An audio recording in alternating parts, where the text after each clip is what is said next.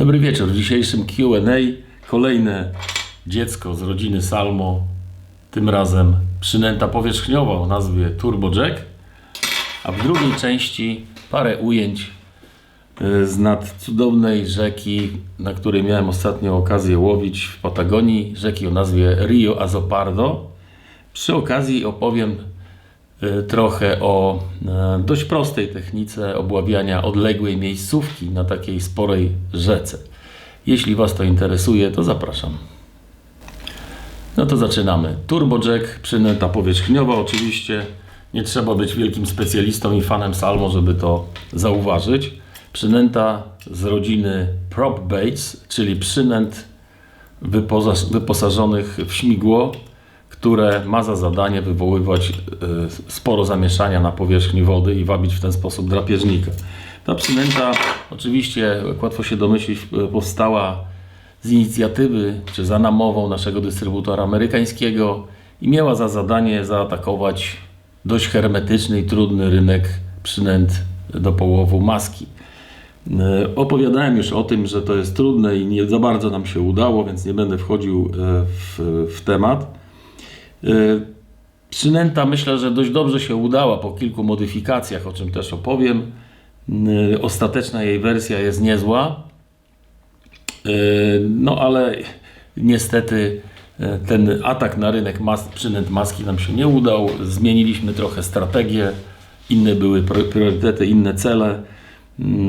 Wyszliśmy z tego zupełnie, z tej niszy przynęt sztucznych. Jeśli chodzi o Amerykę, a to oczywiście był zawsze nasz główny cel jako firmy Salmo, więc skupiliśmy się na przynętach głównie na walleye, później zaczęliśmy trochę próbować atakować rynek przynęt basowych, który jest rzecz jasna najcenniejszy, najbardziej wartościowy w USA. W każdym razie przynęta pojawiła się w ofercie Salmo w 2005 roku i jej żywot nie był zbyt długi, bo w 2013 została wycofana. No ale myślę, że warto o niej opowiedzieć, bo to jest dość oryginalna i ciekawa przynęta. Tak więc w 2005 pojawiła się w katalogu Salmo w 4 kolorach i w jednej wielkości. W wielkości 18 cm, masa 90 g. Widać od razu, że to nie jest na małe rybki, tylko raczej na większe drapieżniki. 4 kolory: Green Tiger, Carbon Killer, Luminescent Fire Tiger i Hot Pike. Tutaj możecie zauważyć dość ważny szczegół, który będzie się zmieniał. Element budowy, element konstrukcji tej przynęty, mianowicie ogon.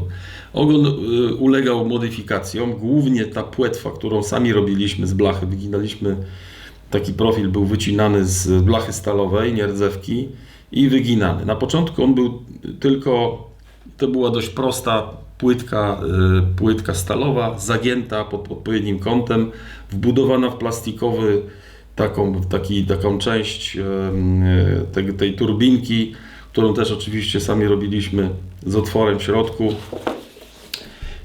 No i okazało się dość szybko, że ta turbinka ma zbyt duże tendencje do odginania się, do zmiany kąta. To jest niezmiernie ważne w przypadku prop baits, żeby ten kąt był odpowiedni, bo tylko wtedy przynęta wytwarza odpowiedni dźwięk na powierzchni. No po prostu praktyka wędkarska pokazała, że najlepszy jest, najbardziej skuteczny, najskuteczniej wabiącym drapieżniki dźwiękiem jest taki niski, bulgoczący dźwięk, właśnie niskotonowy, nie takie rozpryskiwanie, samo rozpryskiwanie wody, ale takie właśnie bulgoczący dźwięk.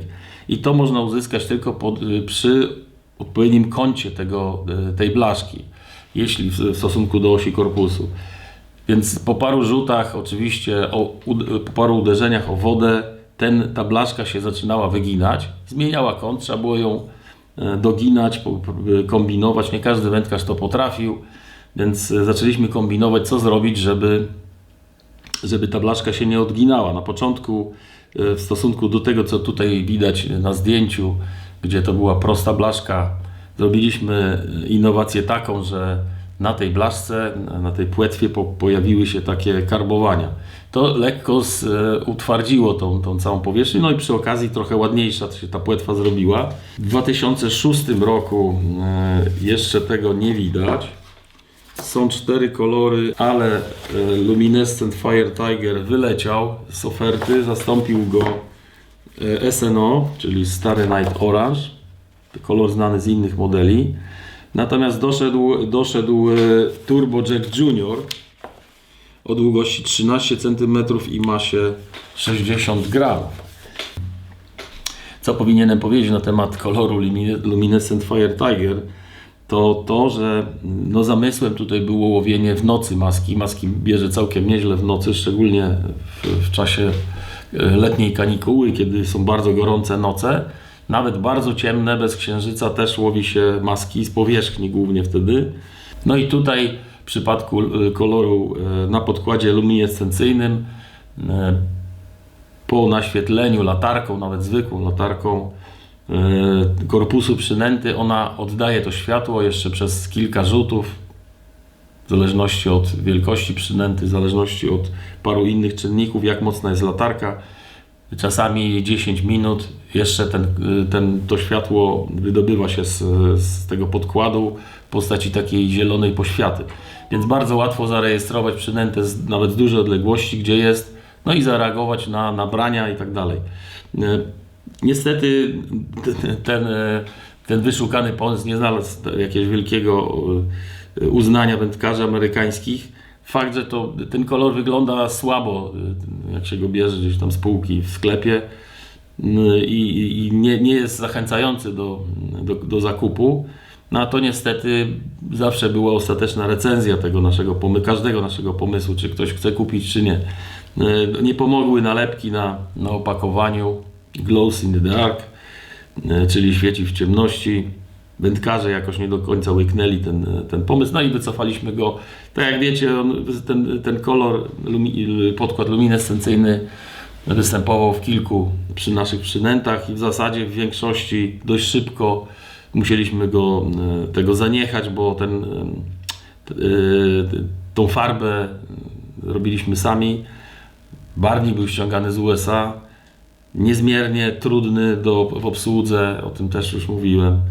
Kosztowny, bardzo szybko zmieniał swoje właściwości, nie z każdym podkładem bo to w postaci w proszku ściągaliśmy, więc nie z każdym podkładem się dobrze mieszał. No, były z tym same problemy, w związku z tym nie było jakiejś rewelacji sprzedaży, wycofaliśmy się. No i teraz tak, 2006 za nami, mamy 2 modele, 2 wielkości, czyli 18 i 13. To jest taka do porównania, jaka różnica w wielkości była.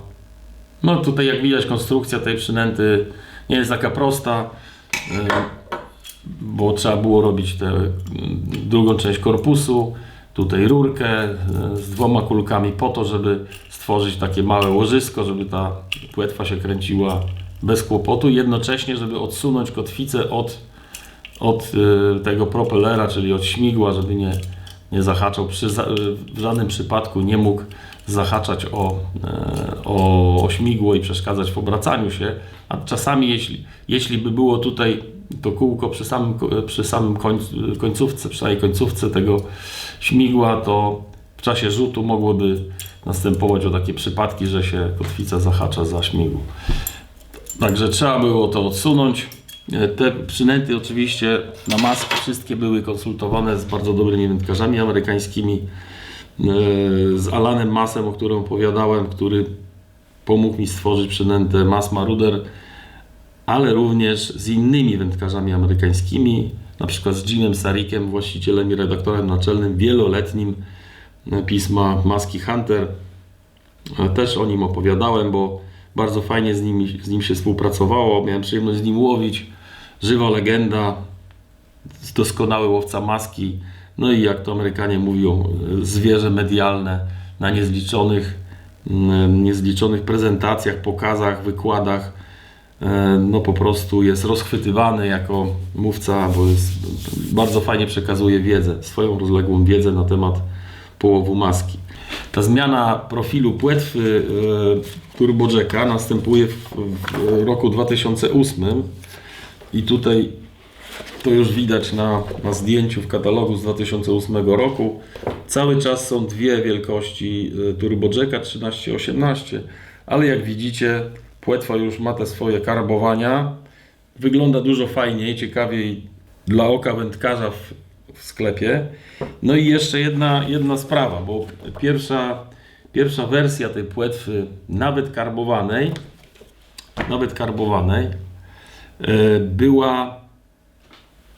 miała trochę inny profil jednak.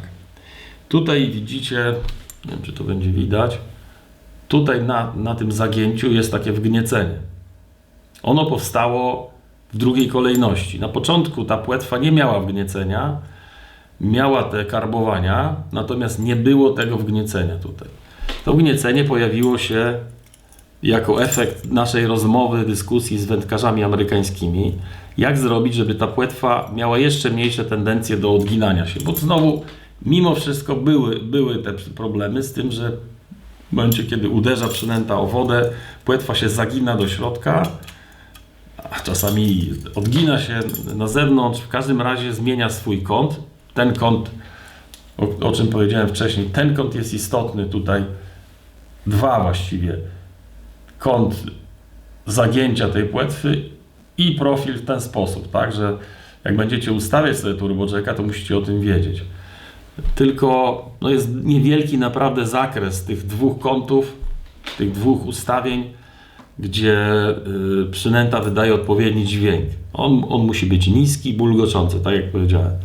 Więc nie wiedzieliśmy, co zrobić, żeby jeszcze bardziej zabezpieczyć tą płetwę przed odginaniem się. Jeden z amerykańskich konstruktorów, wędkarzy podpowiedział, że trzeba zrobić tutaj takie wgniecenie. No i w efekcie doszła jeszcze jedna czynność w konstrukcji tej przynęty, więc musieliśmy robić to wgniecenie. Rzeczywiście to dość znacznie wyeliminowało ten problem, choć nie w całości. Także jeśli łowicie, macie turbojacka, to musicie się nauczyć, jak ustawiać tą płetwę, żeby wydawała odpowiedni dźwięk, bo to, wierzcie mi, jest niezmiernie ważne. Tu macie zdjęcie turbojacka, jeszcze tej pierwszej wersji. Zdjęcie autorstwa Bertusa Rosemeyera, mojego serdecznego przyjaciela i wielkiego mistrza. Fajne zdjęcie. Bertus uwielbiał takie zdjęcia przynęt w odpowiednim oświetleniu. Zawsze starał się to zrobić fajnie. A to zdjęcie ma tytuł Motherfucking Good Picture. Także jeśli ktoś coś tam czai po angielsku, to wie, co to znaczy. W ten sposób Bertus wyróżnił akurat to zdjęcie, co do którego był pewien, że mu się świetnie udało. I to też oddaje jego charakter, jego taką bezpośredniość i poczucie humoru, które mi niezmiernie odpowiada. No to taka mała dygresja. Tu jeszcze zdjęcie jego żony Monique, z którą połowili świetnie, między innymi właśnie na turbojacki podczas wyprawy na północ Szwecji. Jeśli dobrze pamiętam, to była prowincja Lulea albo okolice miasta Lulea. Tam były jakieś rzeczki i takie płytkie jeziorka kamieniste, gdzie świetnie połowili na powierzchniowe przynęty salmo. To jest zdjęcie właśnie Moniki z jednym ze szczupaków, które wtedy złowili. Kolejna zmiana, 2009. Zostają tylko 3 kolory: GT, HPE i SNO. Oczywiście HPE był najbardziej popularny, najlepiej się sprzedawał. Kolejna zmiana to jest 2011 rok. Dość istotna, a nawet bardzo istotna. Z 2 modeli robimy jeden. Jak to zaraz powiem, zostaje Turbojack 13 o masie 65 gram. Zmieniają się trochę proporcje korpusu, a był to wynik naszej współpracy z Jimem Sarikiem, o którym wspomniałem, właścicielem pisma Maski Hunter Magazine. Co on zrobił? Wziął dużego turbojacka i obciął go, tak, w tym miejscu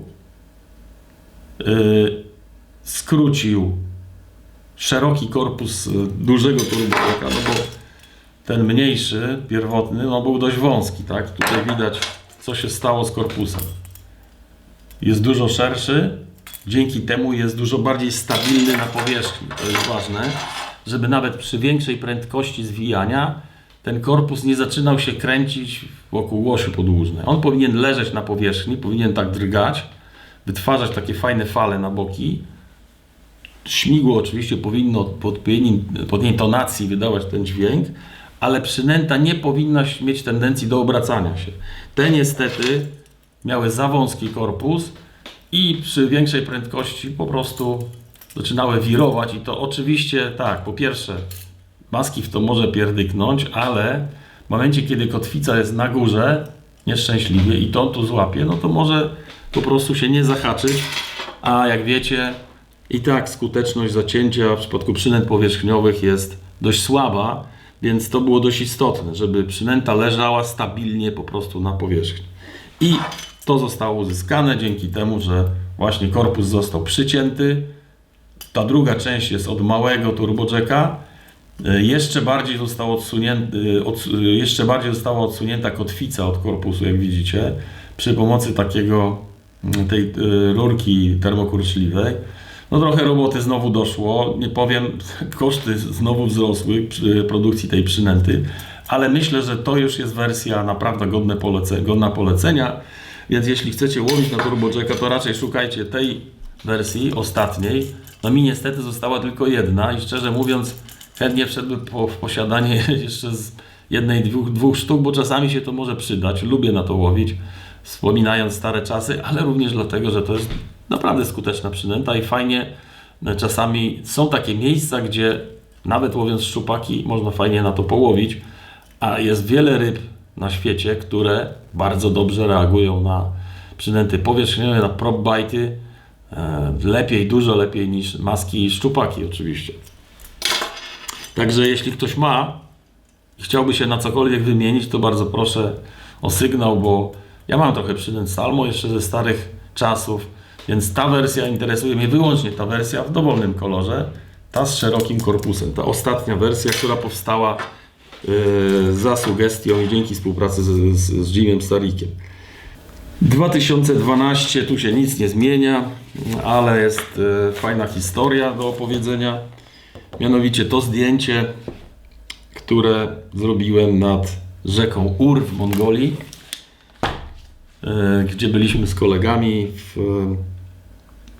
dawno temu, teraz musiałbym się zastanowić, 2006 chyba. Byliśmy nad rzeką Ur i jednego dnia z kolegą z Krakowa poszliśmy daleko wzdłuż tej rzeki. Doszliśmy do takiego fantastycznego miejsca, gdzie był wielki drewniany most rozwalony przez powódź, która była bodajże sezon wcześniej. I pod tym mostem te ruiny stworzyły takie, kilka fajnych miejsc, ale w jednym miejscu było takie zdrowe beło, dość dużej głębokości i właśnie turbojackiem dało się tam dorzucić, bo turbojack, nie powiedziałem o tym, fantastycznie lata, naprawdę świetnie lata, bardzo daleko można nim rzucić. Rzuciłem tam na to beło, środek dnia, słońce, więc nie spodziewałem się jakiejś rewelacji, ale pamiętam jak z prądem lekko pod skosem schodził ten turbojack, chlapiąc fajnie nad tym głębiną, między filarami tego zwalonego mostu i nagle zebrało coś tego turbojacka, tak jak strąg zbiera muchę, spokojnie, bez jakiegoś wielkiego hałasu, chlap zebrało. No i przycinka, piękna walka, nie jakaś dramatyczna, bo ani głowacica, ani tajmień w zasadzie nie walczą jakoś bardzo mocno, raczej wykorzystują prąd wody, ustawiają się bokiem do prądu i tam próbują trochę powalczyć, ale generalnie to nie jest bardzo silna ryba. Nadrabia oczywiście masą, bo tajmień może mieć 1,5 metra albo więcej, jak wiecie, no i wtedy jest challenge. No mi nie było dane się zmierzyć z takim przeciwnikiem. Ta ryba nie miała metra nawet, ale okoliczności, ten most i ten piękny dzień i plus branie takie fajne z powierzchni, to było coś pięknego. I podczas tego wyjazdu zresztą złowiłem jeszcze kilka tej tajmieni na Turbo Jacka. Było jakieś 1 czy 2 brania niezacięte, ale pamiętam, jak raz z kolegami spływaliśmy pontonem wzdłuż rzeki, zatrzymując się co jakiś czas w lepszych miejscach, oczywiście pod okiem miejscowego przewodnika mongolskiego, i jakiś dopływ był taki bardzo spokojny, który łączył się z główną rzeką nad takim rozlewiskiem w zasadzie o mulistym dnie. I tam kolega Mariusz mówi, no pokaż, jak to się łowi na tego Turbo Jacka, jak to działa. No i rzuciłem pierwszy rzut, zwijam, no i na środku tego połączenia między 2 rzekami sru znowu siedzi. Też taki, nie pamiętam ile on miał, nie miał metra, zdaje się. Wyjąłem go w tym błocie, trochę utaplany. Tu macie zdjęcia. No fajna ryba, nie pamiętam, czy on miał metr, czy nie. Nieistotne, w okolicach metra, no to w przypadku tajmienia to jest mała ryba nadal. Tajmienie liczą się od 120 cm, to tak jakbyśmy szczupaka metrowego porównywali wielkościowo, no to tak mniej więcej się liczy. Czyli to nie był kaban, no ale znowu radość, bo branie fajne z powierzchni, prosto na oczach kolegi, także, który chciał zobaczyć, jak to działa. I wyobraźcie sobie, że wypuściłem tą rybę, zrobiliśmy zdjęcia, następny rzut i drugi mi wziął, tylko niestety go nie zaciąłem. Także Turbo Jack działał i działa, jestem pewien, nadal. Akurat dlaczego działał w dzień Turbo Jack lepiej, a w nocy Mass Marauder na tajmienie, tego nie potrafię wytłumaczyć. Powiadałem w przypadku Mass Maraudera, jak koledzy połowili na Mass Maraudera, czy Daniel Celeda złowił, zdaje się, 8 tajmieni jednego dnia i w dzień. Ja natomiast nie miałem w dzień za bardzo sukcesów na Mass Maraudera, jeśli chodzi o tajmienie, za to w dzień brały na tego Turbo Jacka. No mam oczywiście taką roboczą teorię, dlaczego akurat Mass Marauder działał w nocy lepiej, a Turbo Jack w dzień, no ale oczywiście nigdy nie będziemy wiedzieli, czy ona jest prawdziwa. W każdym razie wtedy, kiedy złowiłem tą rybę w okolicach zwalonego mostu, kolega złowił innego tajmienia, na Whitefisha zresztą, i okazało się, że ten tajmień żygał piórami ptaka, którego musiał zebrać z powierzchni. To był taki krótki odcinek, gdzie były drzewa na brzegu, tam drzew no niestety nie było zbyt wiele. W każdym razie gdzieś tam z gniazda prawdopodobnie wypadł i to spory ptak i ten tajmień go zgarnął. No i sobie wymyśliłem, że może te tajmienie tam akurat w tym momencie pożerają te ptaki, które gdzieś spływają co jakiś czas, wypadają z gniazda, by był okres lęgowy. No ale to trochę naciągana, szczerze mówiąc, teoria. W każdym razie fakt, że w dzień brały na Turbo Jacka, a na Mass Maraudera nie. Natomiast w nocy brały na Mass Maraudera, dlatego że on imituje trochę gryzonia, który przepływa przez rzekę, to już jest stwierdzone. Tajmienie uwielbiają pożerać gryzonie, tam ich jest wiele, od takich małych myszy do tarbaganów, które no, wielkich rozmiarów, i wiewiórki, mnóstwo gryzoni, dużo więcej gatunków niż w Europie. W każdym razie Mass Marauder dość fajnie imituje takie coś, co płynie od brzegu do brzegu, próbuje bezkarnie przekroczyć rzekę, no i jest często atakowany przez tego drapieżnika. No i 2013 to już jest koniec Turbo Jacka, jest w katalogu, oczywiście bez zmian, te same 3 kolorki i w 2014 niestety już go nie było. Jeśli macie jakieś fajne historie, wspomnienia z Turbo Jackiem, to dajcie znać. Ja pamiętam, no połowiliśmy sporo szczupaków, przynęta zrobione oczywiście na maski. Maski zostały złowione, ja złowiłem kilka, nic większego.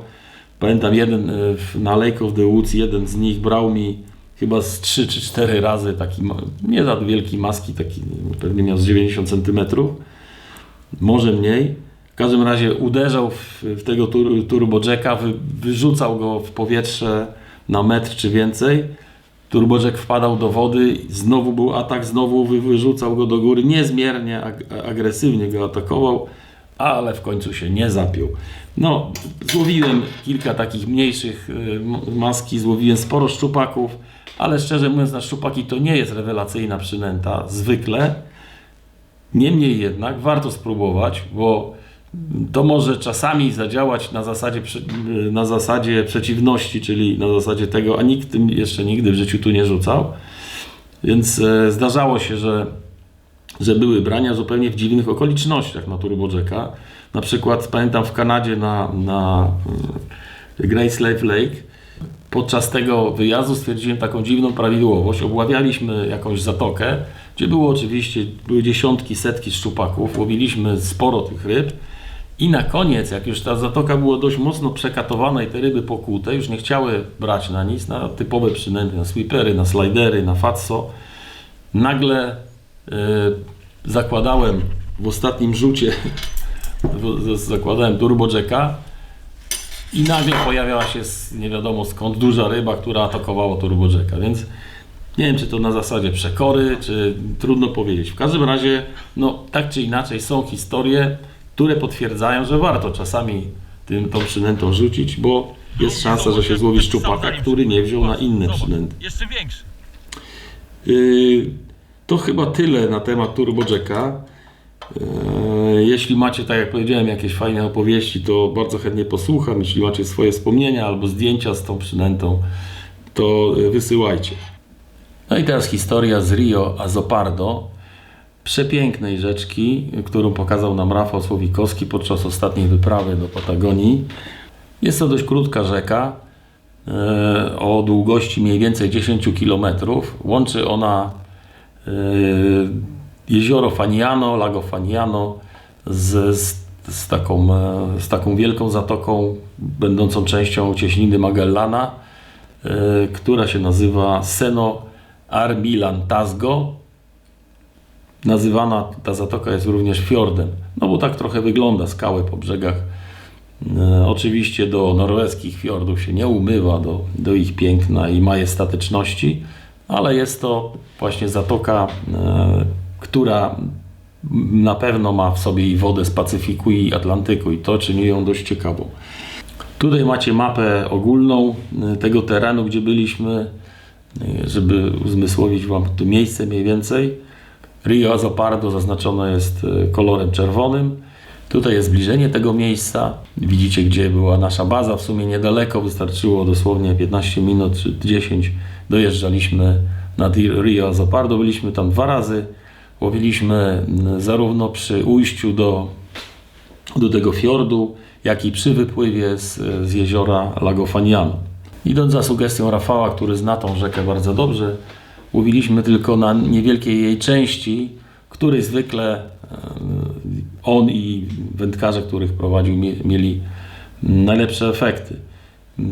I w zasadzie była to gdzieś, nie wiem, może 1/3 tego całego odcinka, może mniej. Tak jak powiedziałem, przy wypływie z jeziora i przy samym ujściu.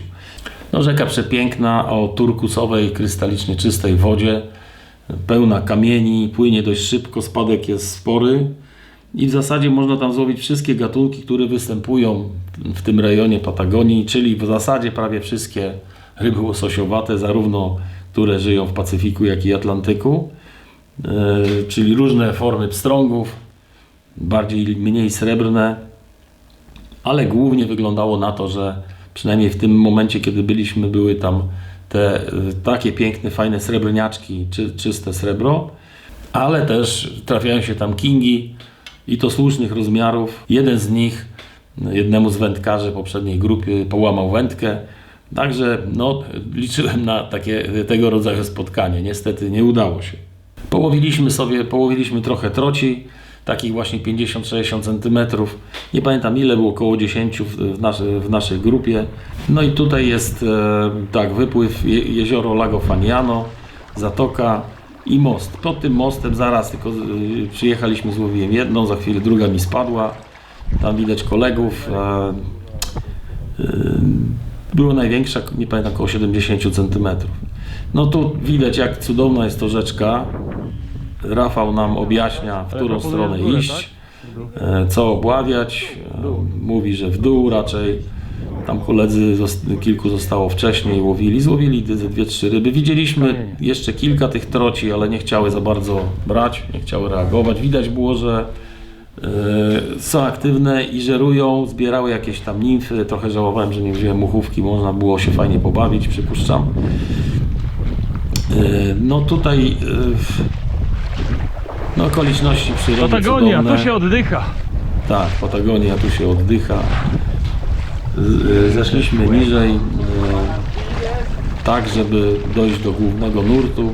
Trochę tu wchodzenie do wody i chodzenie po tych brzegach w wodzie było trochę, myślę, ryzykowne. Tak jak widać, zdarzały się takie miejsca, gdzie właśnie było 2 metry takiego torfu miękkiego, pokrytego mułem i piaskiem i za chwilę urywało to się w głębinę. No myślę, że tu pod nogami miałem za 3,5 metra. Tu zresztą jest to miejsce, gdzie podobno komuś tam połamało wędkę, więc wlazłem oczywiście w to miejsce. Tu kolega mnie sfilmował z daleka, bo nie mogłem sobie odmówić, żeby tego głównego nurtu, gdzie pewnie mało kto wchodził, bo się ludzie obawiali, że się utopią, a ja oczywiście się tam władowałem.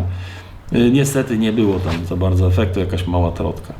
Łowiłem głównie w ten sposób, o którym Wam opowiadałem wielokrotnie, czyli rzut pod drugi brzeg i po łuku, bez zwijania linki, po łuku prowadzenie woblera w poprzek nurtu. I coraz dalej wyrzucane przynęta, więc obławiam niżej lub też 2-3 kroki w dół i kolejny rzut. No i tutaj oczywiście przynęta schodzi po łuku od przeciwnego brzegu do mojego. W momencie, kiedy jest na mojej wysokości, już nie ma co tam podszarpywać, liczyć na branie. Zwłaszcza, że spod nóg płynie mi trochę tego mułu.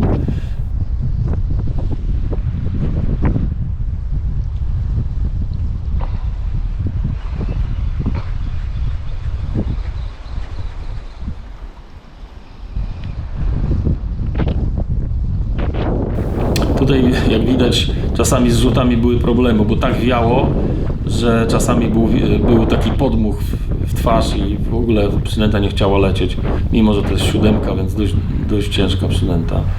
I no, tutaj mi się rzut nie udał zupełnie, wystarczy, że wobbler złapie w czasie lotu taki podmuch i leci trochę za blisko. No, sprzęt był dość solidny, 0,17 plecionka. Bardzo mocno, o czym mówiłem, szypon 0,37 z fluorokarbonu, także liczyłem na spotkanie z kabanem. No i cóż, tak jak powiedziałem, kolejny rzut już był pod drugi brzeg i tutaj pierwsza uwaga na temat tego sposobu obławiania dalekiej miejscówki. Rzucam pod drugi brzeg, tak żeby osiągnąć największą odległość, jak najbliżej trafić przynętą pod drugi brzeg, a potem nie muszę od razu zamykać kabłonka, tylko czekam troszeczkę, żeby przynęta spłynęła i dopiero zaczynam zwijać, więc w tym momencie, nie ruszając się dalej, obławiam pas rzeki troszeczkę dalej ode mnie położony. Tutaj klasyczne miejsce, które trzeba obłowić, to jest kolejny rzut już w czasie obławiania tej miejscówki. Należy na pewno obłowić te zwary, które są zaraz za kamieniami, bo tam może być ryba, a potem sukcesywnie rzucając siód dalej lub też rzucając i spławiając wobbler z prądem, obławiać kolejne następne partie tego szypotu, bo tam powinny ustawić się pstrągi. No tutaj dochodzę do miejsca w końcu, gdzie Rafał mówił, żeby uważać na kamienie, za którymi często stoją te pstrągi. Tam widać te kamienie po prawej stronie już ze 100 metrów ode mnie, więc próbowałem do nich dojechać. No tutaj oczywiście, tak jak widać, łowię klasycznie, tak? Rzut pod drugi brzeg i bez zwijania prowadzę przynętę, pozwalając prądowi znosić ją w moją stronę. Cały czas twitchując oczywiście, o tym nie należy zapomnieć. No i kolejny rzut, znowu lekko pod skosem, ale żeby osiągnąć odcinek, żeby osiągnąć miejsce, które jest położone blisko brzegu, natomiast dalej ode mnie, blisko przeciwległego brzegu, dalej ode mnie, trzeba rzucić pod drugi brzeg i spuścić linkę. Jak widać, spuściłem kolejne 2-3 metry i teraz obławiam następny łuk, taki, który jest bardzo daleko ode mnie położony. Tam bym nie dorzucił, gdybym chciał w dół rzucić. Cały czas twitchujemy.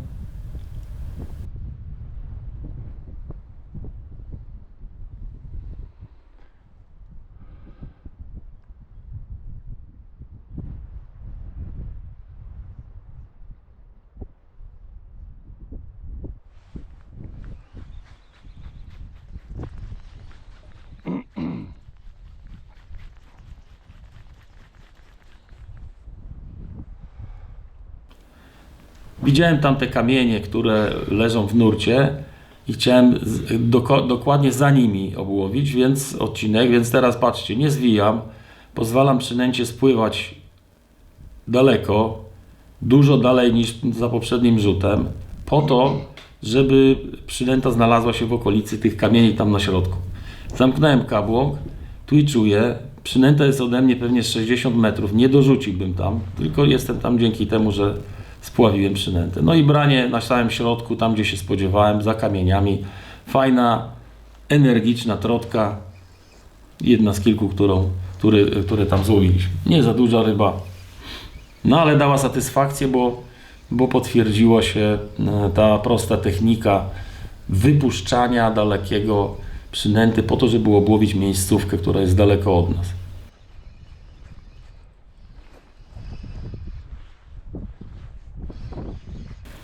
Ta ryba oczywiście za dużo szans nie miała, 0,17 plecionka, 0,37 przypon, więc no to nie było to wyzwanie, ale tak jak powiedziałem, liczyłem na dużo większe ryby.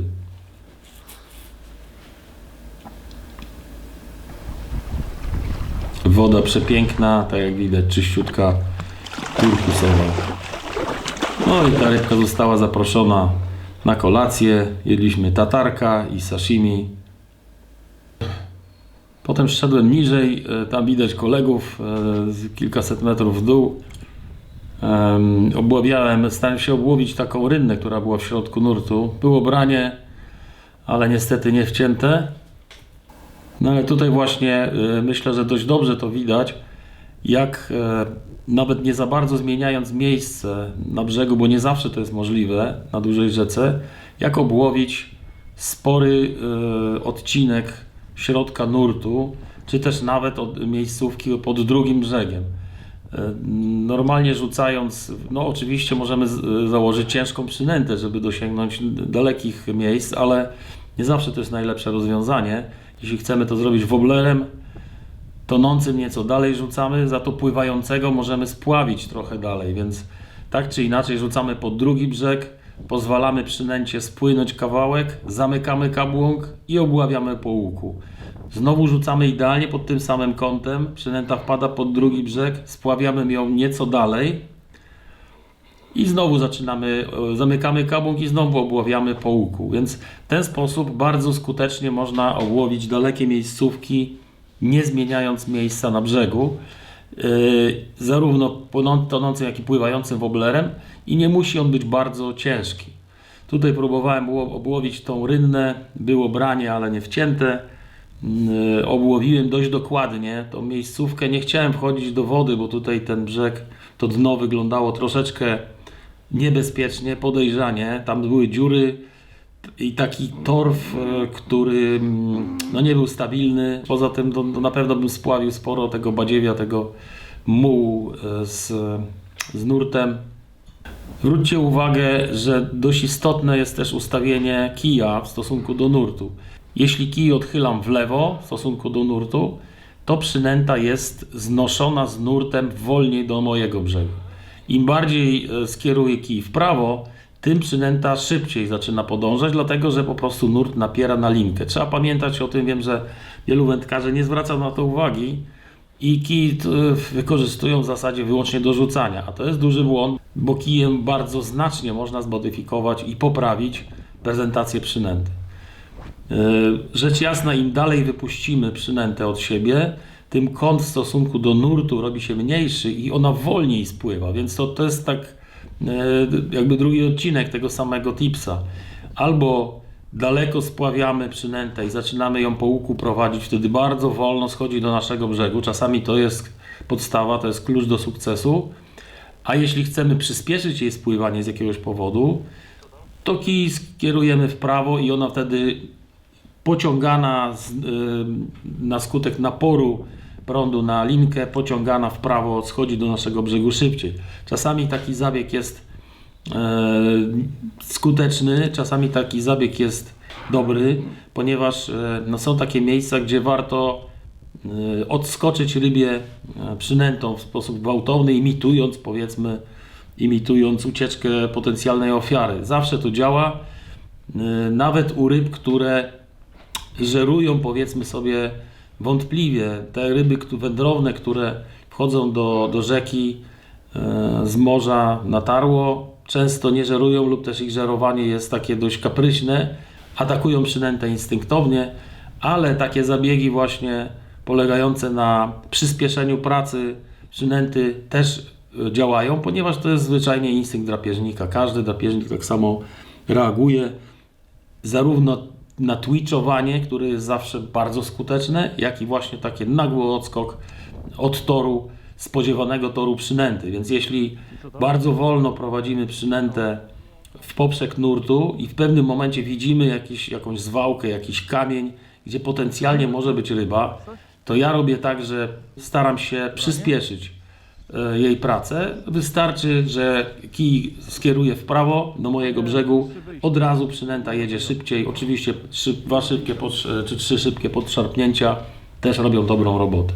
No mam nadzieję, że ten filmiki Wam się spodobały i moje tipsy Wam się przydadzą w łowieniu na dużych rzekach, bo myślę, że nie są głupie i ja to stosowałem wielokrotnie i z fajnym skutkiem.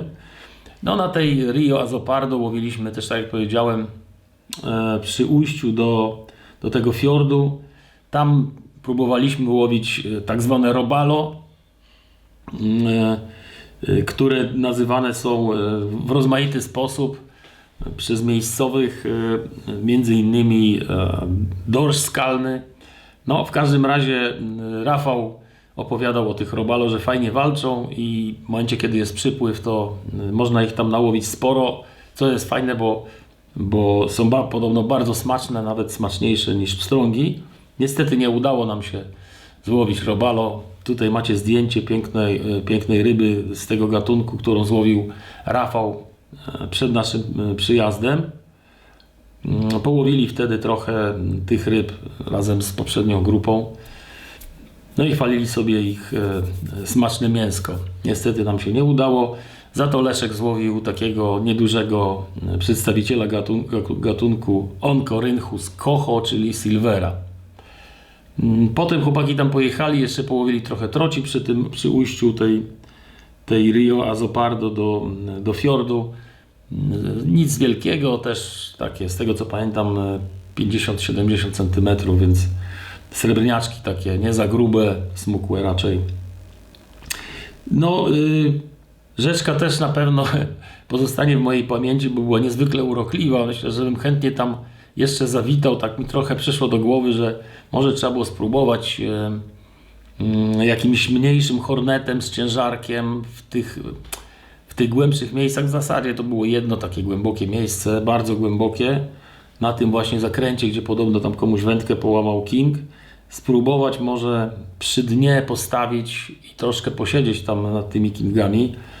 No ale tam było za dużo różnych pomysłów, za dużo fajnych destynacji do odwiedzenia, tu i to, i małe rzeczki, i duże rzeczki, i jezioro takie, i takie, i w prawo na jeziorze płytsze rafy, w lewo tak zwany Bornholm, czyli miejsce z taką rafą kamienistą, gdzie zawsze strasznie wiało, ciężko było rzucać, ale ponieważ wiało, ponieważ były te kamienie pod wodą, no to tam kręciły się zawsze ryby łososiowate i nigdy nie było wiadomo, co za gatunek trafi na naszą wędkę, i to było bardzo fajne. Myślę, że tam też warto by było jeszcze kiedyś wrócić na to jezioro. Tak sobie przypominam te wszystkie łowiska na tej ziemi ognistej i chyba trzeba będzie tam wrócić kiedyś. To wszystko w tym odcinku. Mam nadzieję, że znowu nie było przydługo, że nie przenudzałem. Dzięki za uwagę. Do zobaczenia za tydzień. Czekam na kolejne pytania, chociaż lista pytań czekających na komentarz jest spora. No ale cóż, powolutku będę na nie odpowiadał. Trzymajcie się. Na razie. Cześć.